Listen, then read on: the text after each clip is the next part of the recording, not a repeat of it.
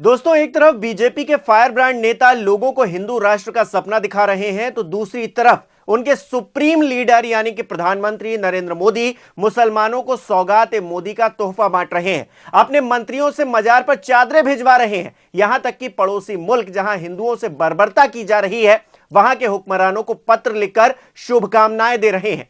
यह देखकर खुद बीजेपी वाले भी हैरान हैं कि आखिर मोदी जी को हुआ क्या है। क्यों उनकी सियासत नीतीश कुमार की हरकतों जैसी होती चली जा रही है? कहीं ऐसा तो नहीं कि जाते जाते मोदी जी बीजेपी की लुटिया डुबोने के चक्कर में है? क्योंकि इसी बीजेपी के नेता सदन में क्या क्या बोलते हैं, यह किसी से छिपा हुआ तो नहीं है, गुप्त बात तो है नहीं, हर कोई जानता है। इंटरनेट पर सर्च कीजिए, रमेश बिधूड़ी जी क्या कह रहे थे, उस पर प्रधानमंत्री नरेंद्र मोदी ने आज तक क्या कुछ कहा, सुनिए। सिरे ले रहे हैं उग्रवादी, बोलने नहीं दूंगा कभी खड़ा होगा, ये बता रहा हूं। उग्रवादी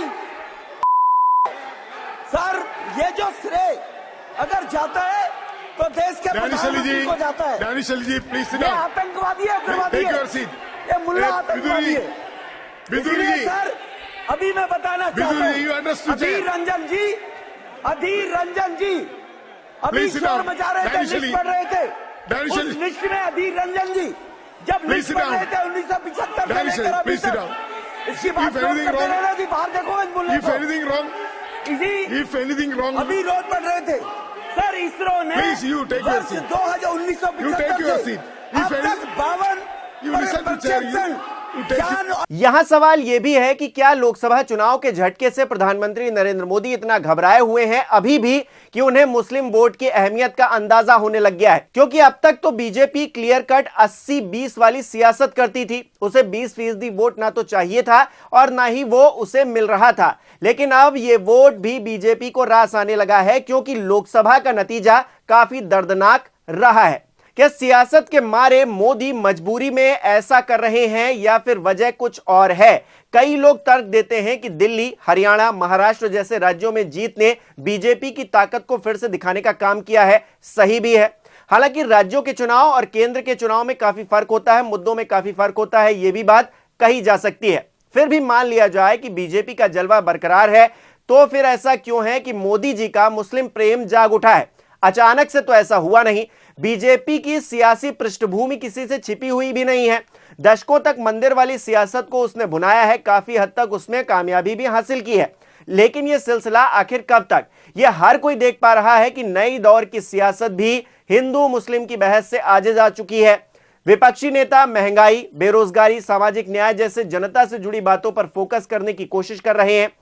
काफी हद तक कर भी पा रहे हैं, नहीं भी कर पा रहे हैं, दोनों चीजें हैं।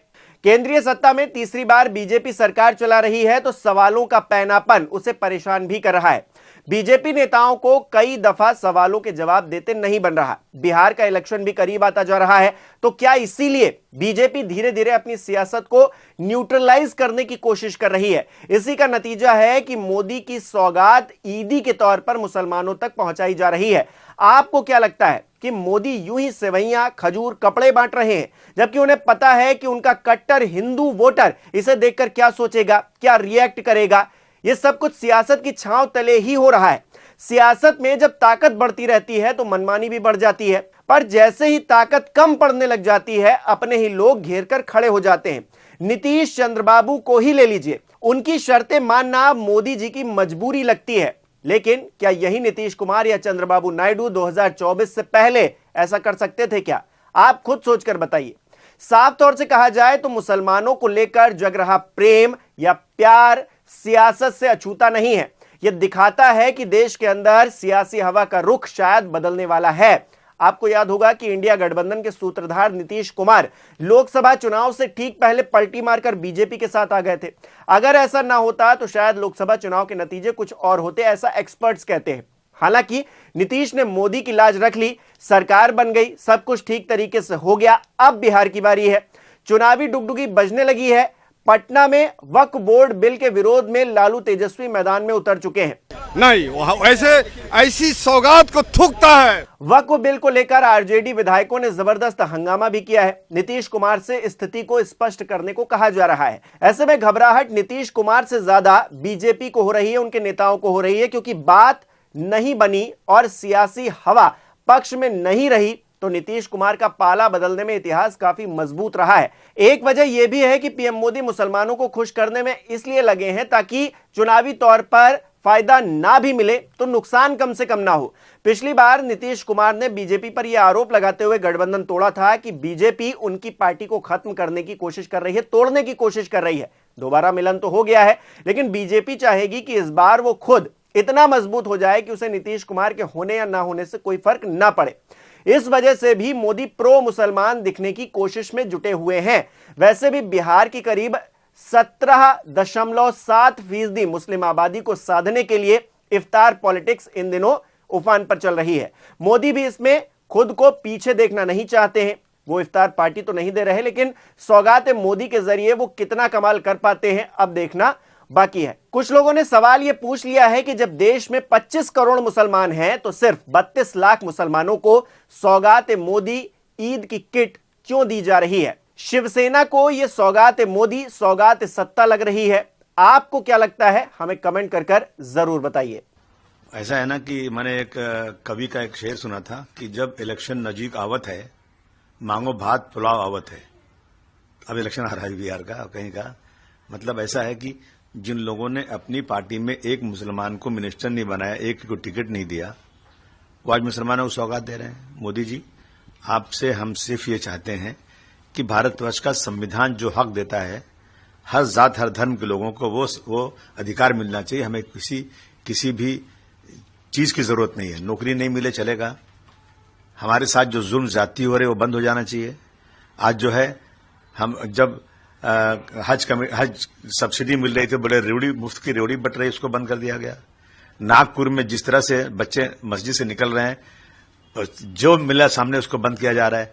अरे ईमानदारी के साथ जो लोग गलत हैं उनको पकड़िए। ऐसी बहुत सारी चीजें हो रही देश में। सबसे बड़ी सौगात ये होती ईद की कि अगर जो बेकसूर जेलों में बंद हैं उनको आप रिहाई का हुक्म दे देते तो मैं समझता हूं बहुत बड़ी सौगात थी।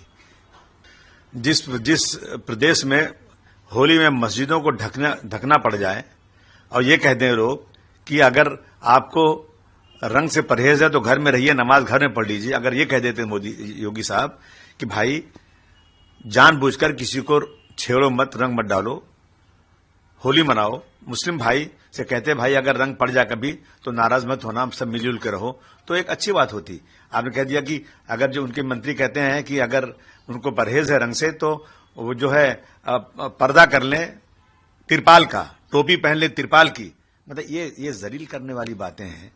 कैसे मुसलमानों से अब वहां पर जिस तरह संभल में गिरफ्तार कर लिया एक साहब को, सिर्फ उन्होंने ये कहा था कि जो लोग जिनकी डेथ हुई है वो पुलिस की गोली से हुई है, उनको रमजान के महीने में गिरफ्तार कर लिया। मतलब कोई कानून है नहीं, जिसका चाहो घर तोड़ दिया जाए, मुसलमानों का घर तबाह कर दिया जा रहा है। मैं समझता हूं कि इन चीजों को अगर मोदी जी करेंगे तो मैं समझूंगा कि कोई इंसाफ हो रहा है, वरना मैं समझता हूं कि मुंह में राम बगल में छुरी वही किस्सा है।